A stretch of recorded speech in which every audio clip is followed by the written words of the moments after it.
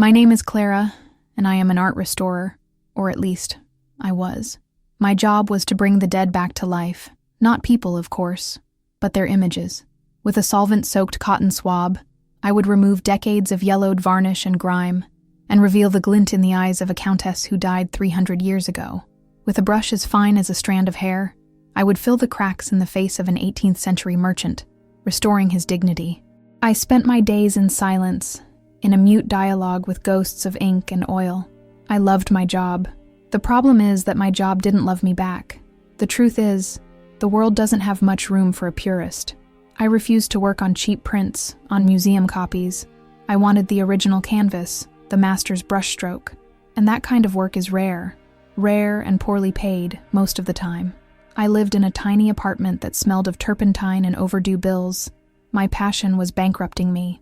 I was 2 weeks away from having to sell my tools, my brushes, my soul, and get a job at a coffee shop. It was at that exact moment of desperation that the email arrived. It was from an elite recruitment firm, the kind you only hear about in movies. The proposal was, to say the least, a dream. A 6-month, all-expenses-paid contract to be the exclusive restorer for a private collection. The salary was more than I had earned in my entire life. It was enough to pay my debts, rent a decent studio, and live comfortably for years. I didn't even hesitate. I replied that same minute. The process was fast and strangely impersonal. There was no video interview, just an exchange of emails where they confirmed my credentials and my portfolio. And then, the conditions. They were particular. The client was anonymous. The contract referred to him only as the collector.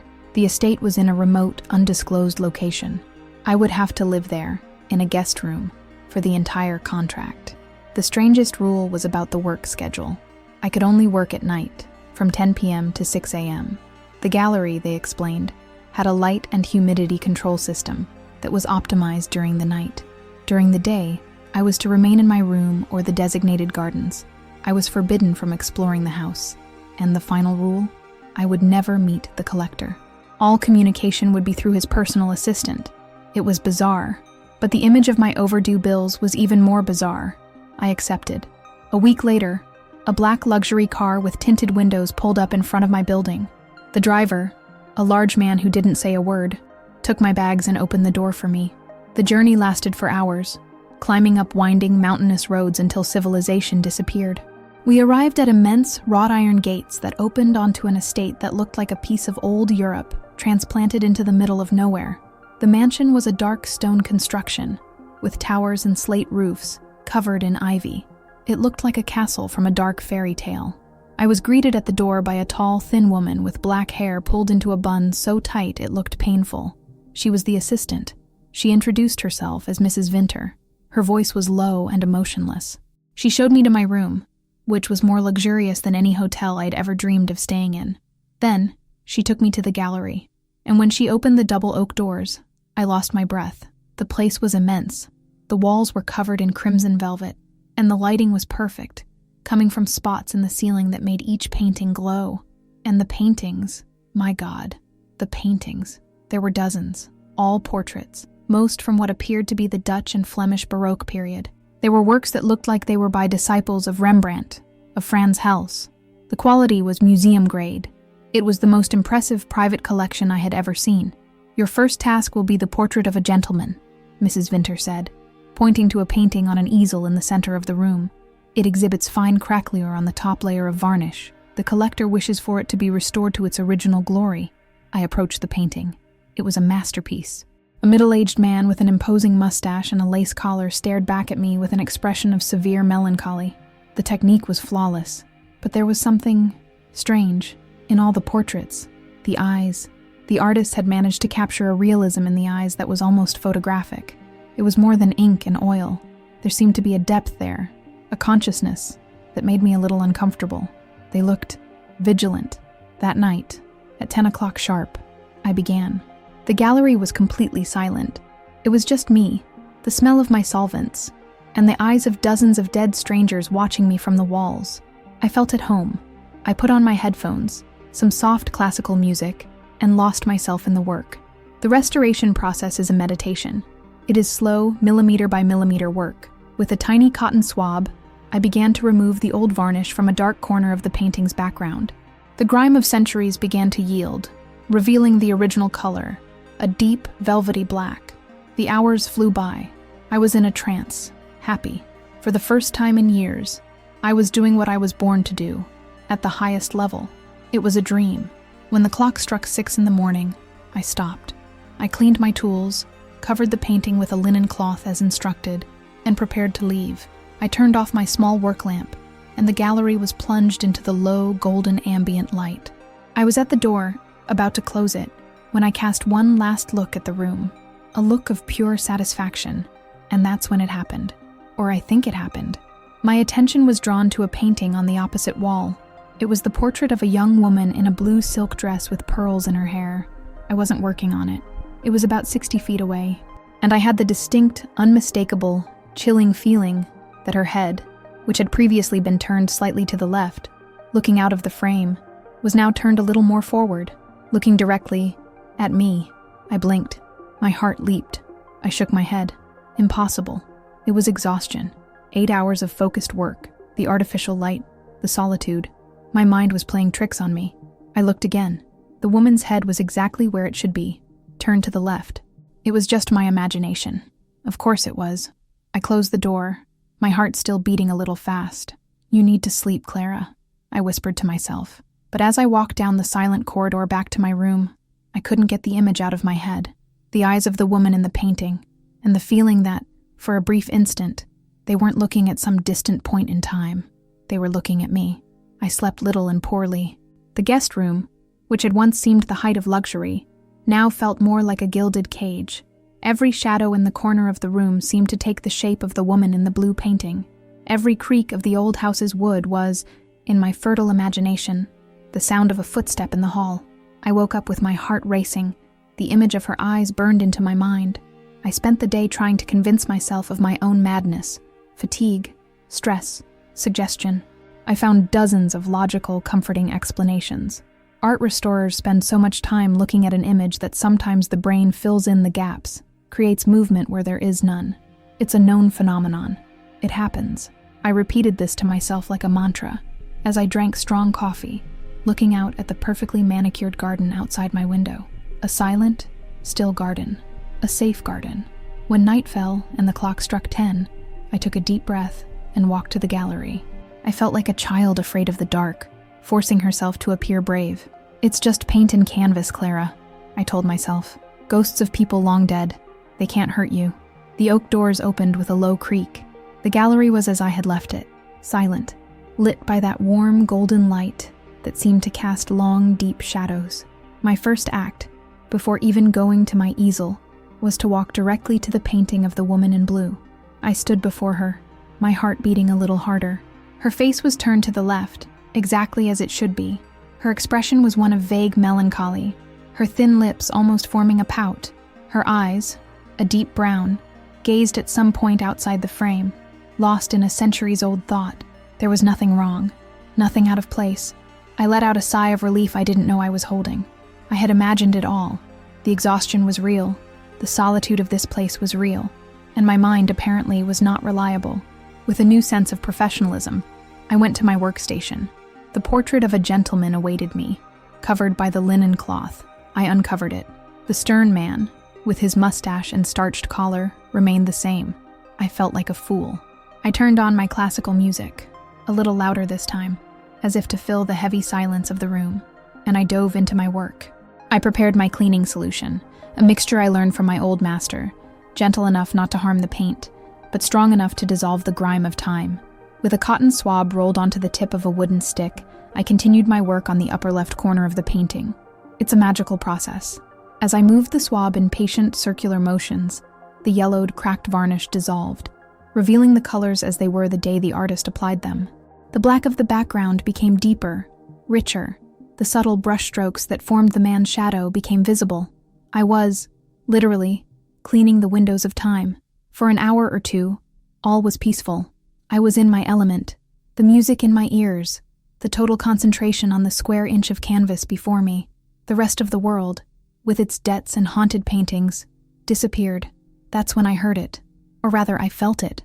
Through the music in my headphones, A very low sound, not part of the symphony. A sound that was like a whisper, a rustle, like a silk dress brushing against a wooden floor. I abruptly took off my headphones. The silence of the gallery fell on me like a blanket. I froze, all my senses on high alert. I waited. Nothing. Not a sound. Just the almost inaudible hum of the climate control system. Was it the wind outside? An animal in the gardens? Or had it come from inside the room? I looked around. The dozens of faces on the walls stared back, motionless in their timeless perfection. The woman in blue, a general in gleaming armor, 2 rosy-cheeked children holding a small dog, all still, all dead. "It's your head again, Clara," I whispered. I put the headphones back on, but left the music off. The silence, as frightening as it was, now seemed safer than being caught off guard. I returned to my work, but my concentration was broken. Every little creak of the mansion's wood made me jump. I felt watched, and the feeling wasn't coming from security cameras. It was coming from the walls, from the paint, from the oil. I decided to take a break. I needed coffee. I stood up and walked to the small kitchenette Mrs. Vinter had shown me, an annex to the gallery with an espresso machine. As the machine ground the beans with a reassuringly normal noise, my gaze wandered around the room, and it landed on a painting I hadn't paid much attention to before. It was a still life, a different style from the others, simpler. It showed a wooden table with a vase of flowers, a loaf of bread, some fruit, and a silver goblet of wine. A peaceful, domestic scene. I was sure that, the night before, the wine goblet had been full of a dark red wine that reflected the light from an unseen window. I remembered this because I had admired the artist's skill in painting the reflection on the metal of the goblet. But now the goblet was empty. No, it couldn't be. I was confused. Maybe it was another painting. Maybe my memory was failing. I took out my phone. Since the first day, I had been taking general photos of the gallery to document my work, a common practice in my profession. I scrolled through the photos from the previous night, and I found it, the photo of the still life. I zoomed in, and my blood ran cold. In the photo, clear as day, the silver goblet was full to the brim. I looked from my phone to the painting, and back to the phone. Full, empty, full, empty. It wasn't fatigue, it wasn't stress, it wasn't my imagination. Something had changed in that painting. Something impossible had happened. With my heart in my throat, I forgot the coffee and ran back to my easel.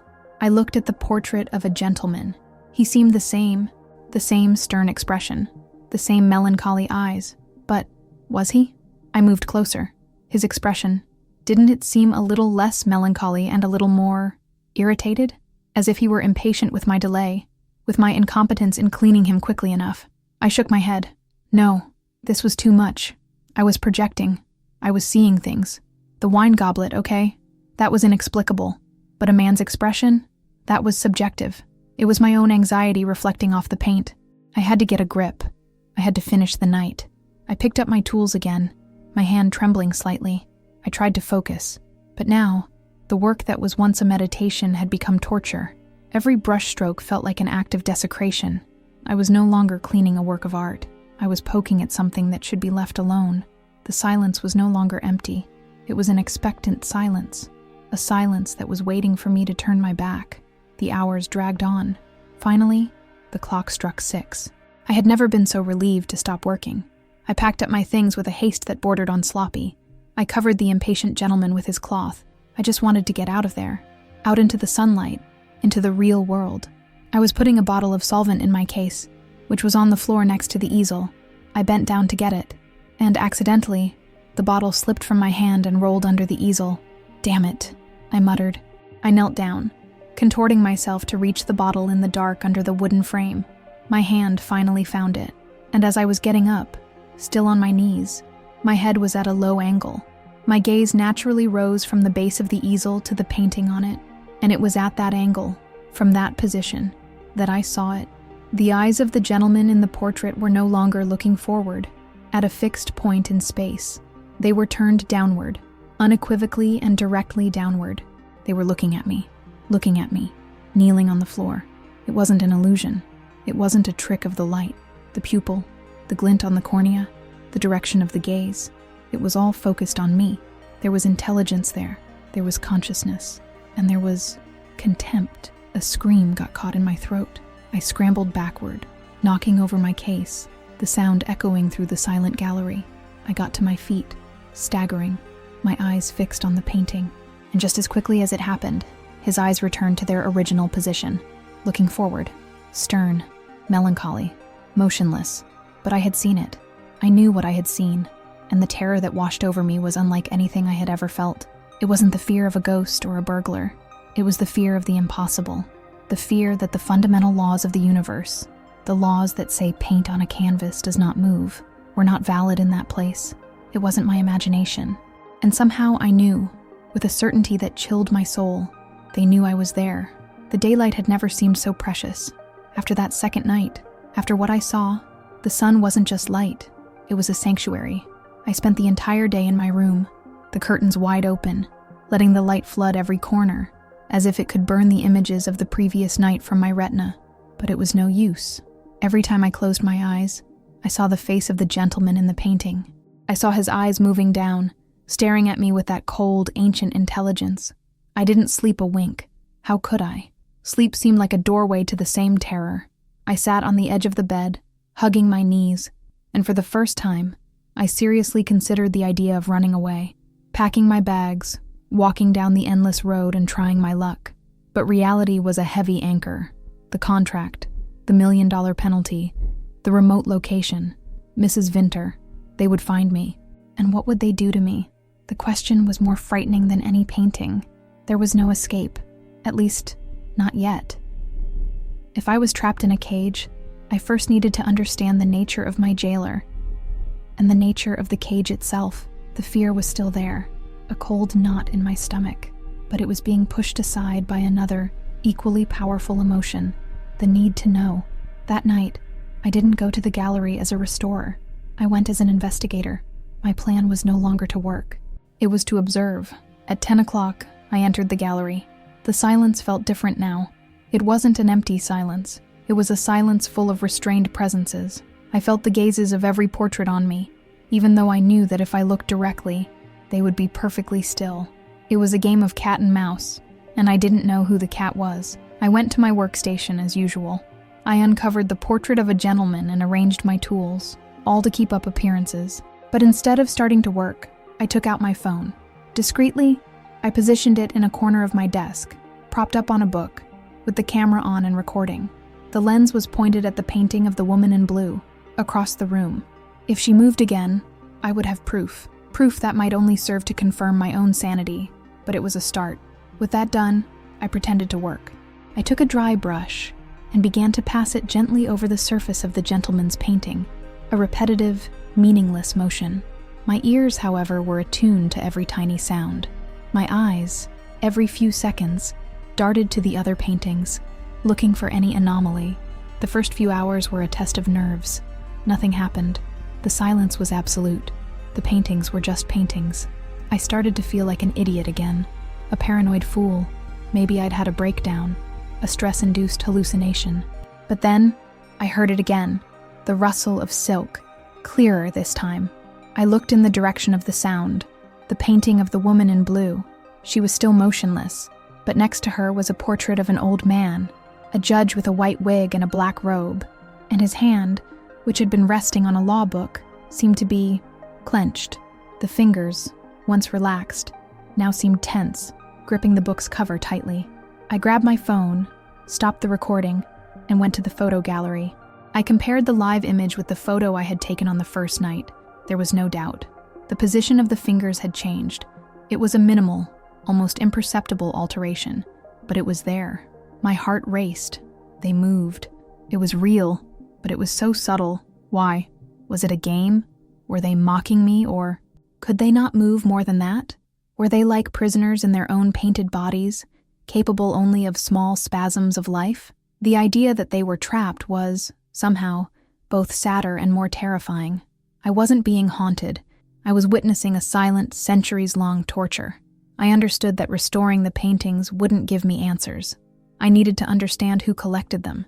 To understand the art, I needed to understand the patron. Who was Mr. Blackwood? What drove him to collect these specific works, with this disturbing quality of life? With my phone in hand, now my only investigative tool, I left my workstation and began to explore the gallery with a new purpose. I looked for plaques, labels, anything that could give me a clue.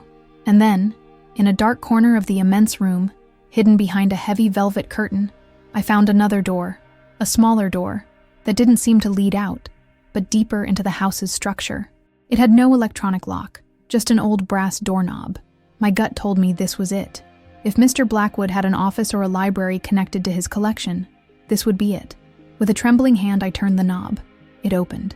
The room was pitch black. The air was thick, with a strong smell of old paper, leather, and dust. It was the smell of a place not often visited.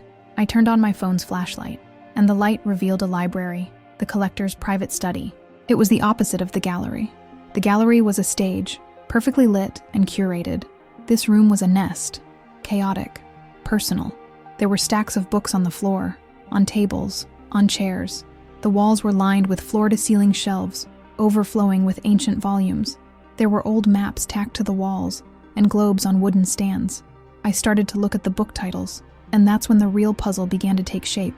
Yes, there were hundreds of books on art history, auction catalogs, artist biographies, treatises on painting techniques. But mixed in with them were other books, books that shouldn't have been there. Titles like The Persistence of Consciousness, The Animus Vessel, Theories on the Capture of Essence. There were books on alchemy, with diagrams of distillation and arcane symbols. There were treatises of esoteric philosophy on the nature of the soul. There were quantum physics texts on particle entanglement and the memory of the universe. Whatever Mr. Blackwood collected, it wasn't just art. He was researching something, and it seemed to have to do with the possibility of trapping something in the paint. On a large oak desk in the center of the room, there was an open book. It was handwritten, in an elegant but shaky script, a diary, Blackwood's diary. I drew closer, the beam from my phone trembling. The page was dated a few months ago. I read, "The test with the Van der Helst portrait was a success. The subject's vitality, as predicted, was strong. He was a man of great passion and fury in life, and his essence remains potent. I observed a change in the tension of his jaw after auditory provocation. They can still hear. They are still conscious on some level. The question now is whether this consciousness can be focused, directed. The restoration process seems to agitate them. The removal of the varnish is like removing a sedative. The new restorer, she is sensitive. She will notice, and her reaction will be the final test." I had to lean on the desk to keep from falling. The diary. He was talking about me. I wasn't an employee. I was part of an experiment. My work wasn't the goal. It was the trigger. I was being used to agitate the paintings, to provoke a reaction. With trembling hands, I flipped through the diary. I found entries on almost every portrait in the gallery. He didn't refer to them by the artwork's title, but by the subject's name. The young DeVos remains melancholic. The general seems agitated today. He treated them like specimens, like pets. The truth was sick, monstrous. Mr. Blackwood didn't collect paintings. He collected people, or their echoes, trapped forever in the gilded prison of a frame. He was a necrophiliac of the soul. I had to get out of there. This knowledge was too dangerous. I turned to leave, to go back to the gallery and pretend nothing had happened until I could plan a real escape. But as I turned, the light from my phone illuminated a corner of the library that was covered by a large velvet sheet, the same kind that covered the paintings. Curiosity, that terrible, self-destructive force, took over. What would he be hiding here, in his own sanctuary? With my heart pounding out of control, I reached out and pulled off the sheet. Underneath it, there was another easel, and on it, a painting, a modern painting. The style was completely different from the rest of the collection. It was realistic, but with an ethereal, dreamlike quality. It was a portrait, unfinished. Most of the canvas was just a charcoal sketch. The shoulders, the neck, the hair. But the face was almost complete. Delicate brush strokes of oil, building up the skin, the lips, the nose. A face I knew very well, because I saw it every morning in the mirror. It was me. It was a portrait of me. The artist had captured the curve of my eyebrow, the small mole near my lip, and the expression, it was one of silent fear, of terrified surprise. The same expression, I was sure, that was on my own face at that very moment. The work was a masterpiece, and it was in progress. He didn't want me to restore the souls of others. He wanted mine. Time stopped.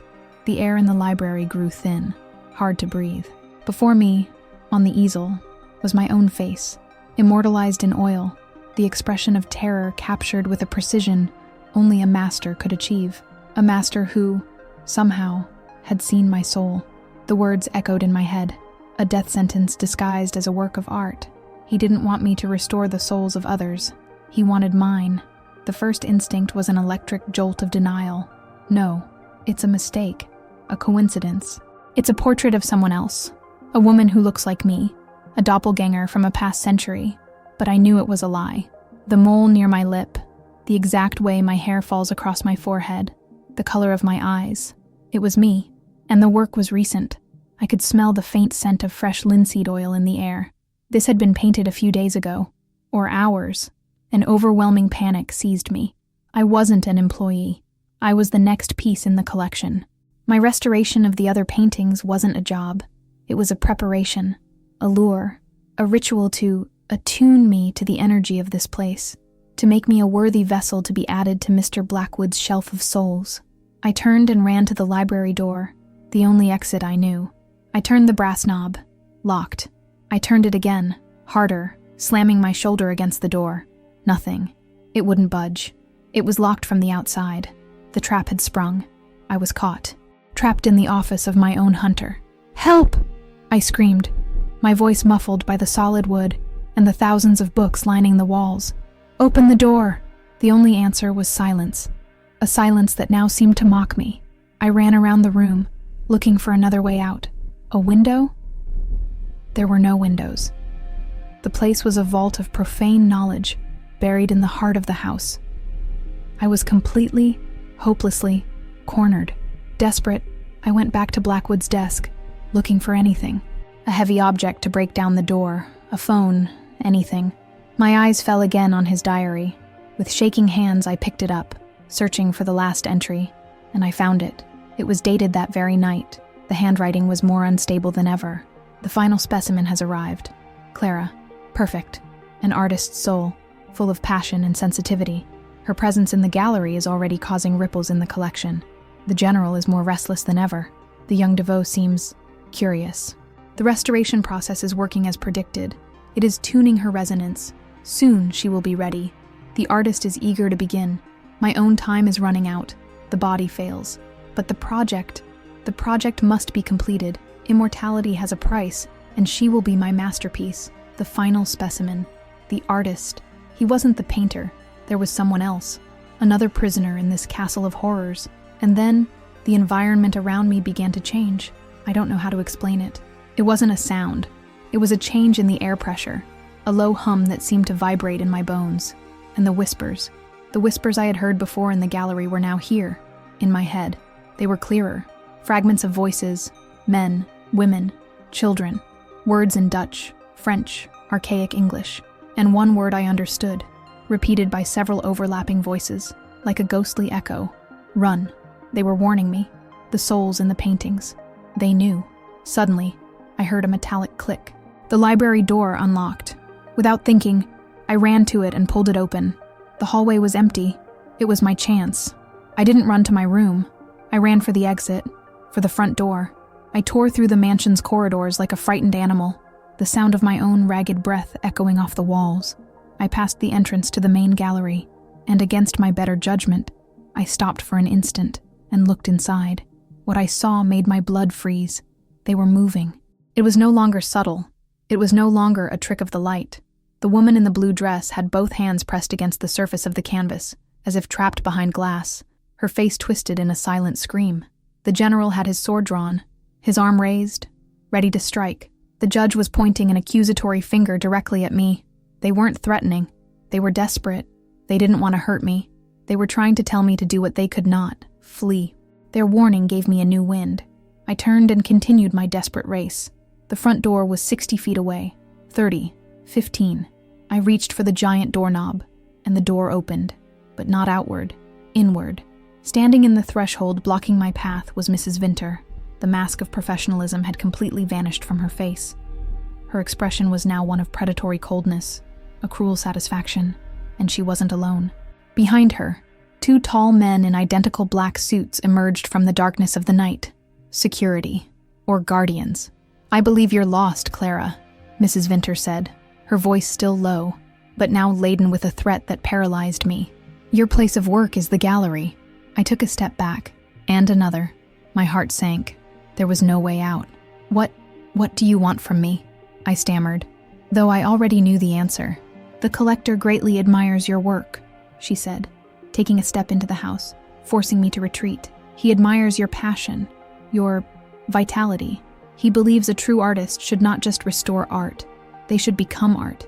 It is the highest honor." She smiled, a thin, lifeless smile that didn't reach her eyes. "He's dying, you know. This frail body of his is at its end.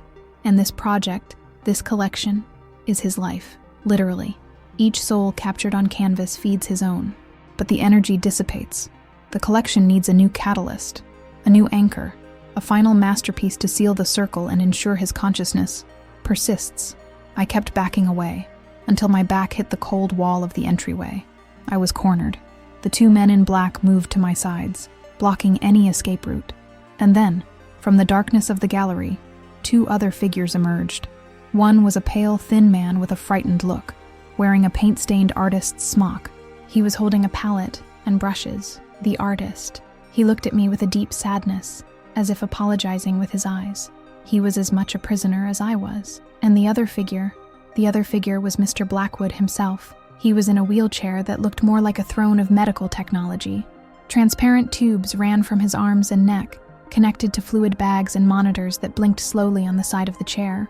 He was incredibly old, his skin like thin parchment stretched over a skull. His eyes, however, behind wrinkled eyelids, burned with a fierce intelligence and an implacable will. He raised a trembling, bony hand and pointed at me. His mouth opened, and a voice that was little more than the whisper of torn paper filled the hall. "The light is perfect," he said, looking not at me, but at a point above my head, as if he already saw me in a frame. "We may begin." He gave an almost imperceptible nod to the men at my side. "Bring the artist." The 2 men in black moved toward me. They were like statues in suits come to life, expressionless faces, broad shoulders that blocked out the world. I shrank against the wall, my heart beating so hard it felt like it wanted to break my ribs to escape. I looked at the captive artist, who looked away, a silent tear rolling down his pale face. I looked at Mrs. Vinter, whose face was a mask of cold triumph, and I looked at Mr. Blackwood, a decrepit figure on his throne chair, his eyes burning with an ancient hunger. This was the end. I was going to be dragged away, forced to pose, and my essence would be sucked into that unfinished canvas. One of the men reached out to grab my arm. I closed my eyes, waiting for the cold touch, but it never came. "Stop." The voice was Mr. Blackwood's, a ragged whisper, but laden with an authority that made the 2 giants halt instantly. I opened my eyes, confused. Blackwood made a slow gesture with his skeletal hand, a gesture of dismissal. The 2 guards retreated into the shadows. He then looked at the artist. "You as well, Master Valerius. Leave us." The artist, Valerius, looked both shocked and relieved. He gave an awkward bow and practically fled the gallery, leaving his palette and brushes on a small table. Now, it was just me, Mrs. Vinter, and the withered figure in the wheelchair. The atmosphere of immediate physical threat had dissipated, but it was replaced by a psychological tension that was even thicker. "Approach, child," Blackwood whispered. My body wouldn't obey. My feet felt nailed to the floor. Vinter spoke, her voice softer than I had ever heard it. "The collector does not wish to force you. He wishes to talk." It didn't make sense. Nothing made sense. Slowly, as if walking on a minefield, I took a step forward, and another. I stopped a few feet from his wheelchair. The smell coming from him was of old age, of medicine and dust, but also of something else, a metallic, ozone-like scent.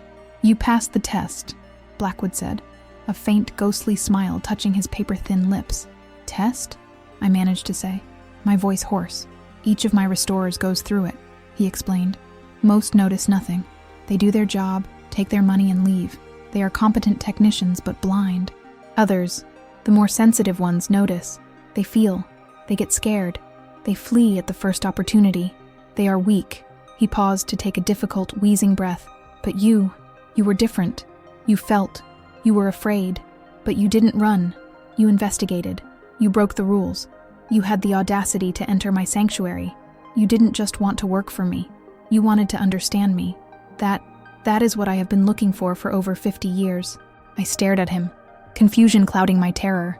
What was he saying? The portrait, I said, nodding with a trembling chin toward the easel where my face stared back at me. You were going to trap me, like them. His smile widened. Trap you? No, my dear. The portrait was never for you. The portrait was for me, so that I could study you, to understand your essence before making my final decision. Decision? I repeated, the word sounding stupid. I am dying, Clara, he said with brutal simplicity. This body, this machine of flesh and bone is failing, and with it, my work, my life, my collection. When my heart stops, the energy that animates these paintings, the consciousness I have anchored in them, it will dissipate. They won't die. They will do something worse.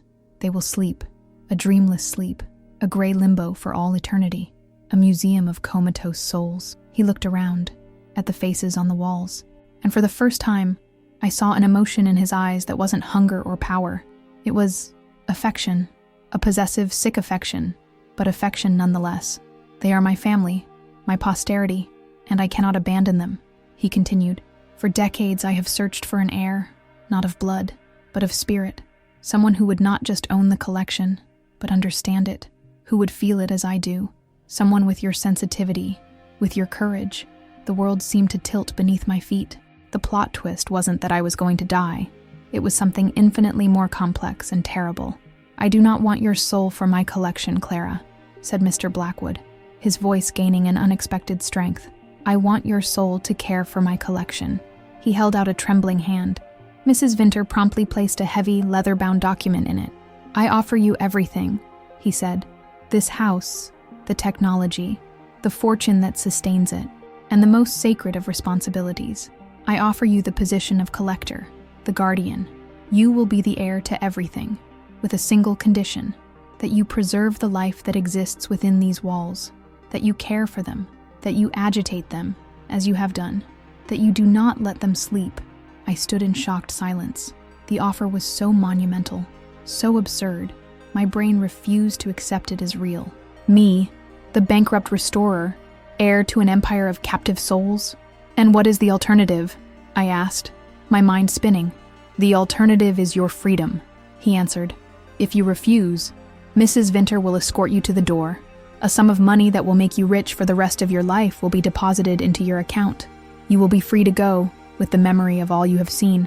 I will not harm you, but you will have to live knowing that, upon my death, which is not far off, every one of these souls will fade away forever because of you. It was an impossible choice, a perfect moral trap. I looked at the face of the woman in blue. Her silent scream now seemed like a plea. I looked at the general, his sword raised not in threat, but perhaps in a request for help. I was no longer the victim. I had suddenly become their only hope. To refuse meant condemning them to an eternal oblivion. It meant peace for me, but the end for them. To accept meant becoming like him, a jailer, a warden of a prison of gold and paint. It meant dedicating my life to a monstrous secret, to a solitary existence, haunted by whispers and shadows. But it also meant they wouldn't be alone. My head ached. I walked slowly through the gallery, the sound of my own footsteps echoing in the heavy silence. I no longer looked at the paintings as works of art, nor as monsters. I looked at them as people, trapped, frightened people, whose only connection to existence depended on the decision of a complete stranger. I stopped in front of my own unfinished portrait. I looked at that woman on the canvas, with fear in her eyes. That was the Clara who had entered this house, a frightened woman, thinking of herself, of her survival. But the woman standing there now, looking at the painting, was different. This nightmare had changed her.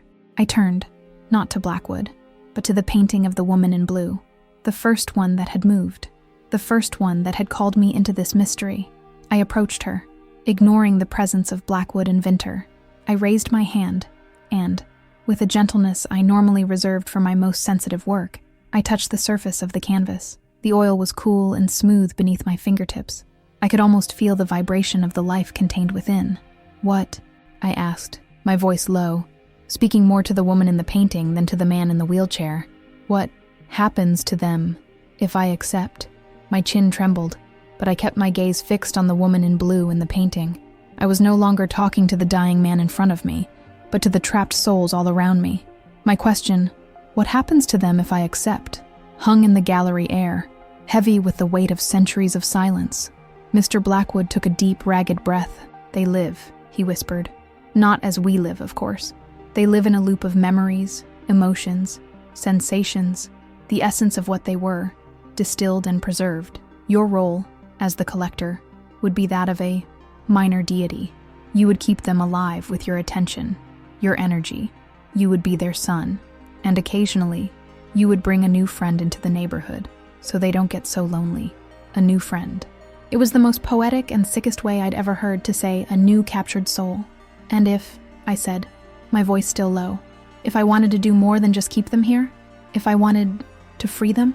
For the first time, Mrs. Vinter took an alarmed step forward. Sir, that is... Silence, Helena, Blackwood cut in.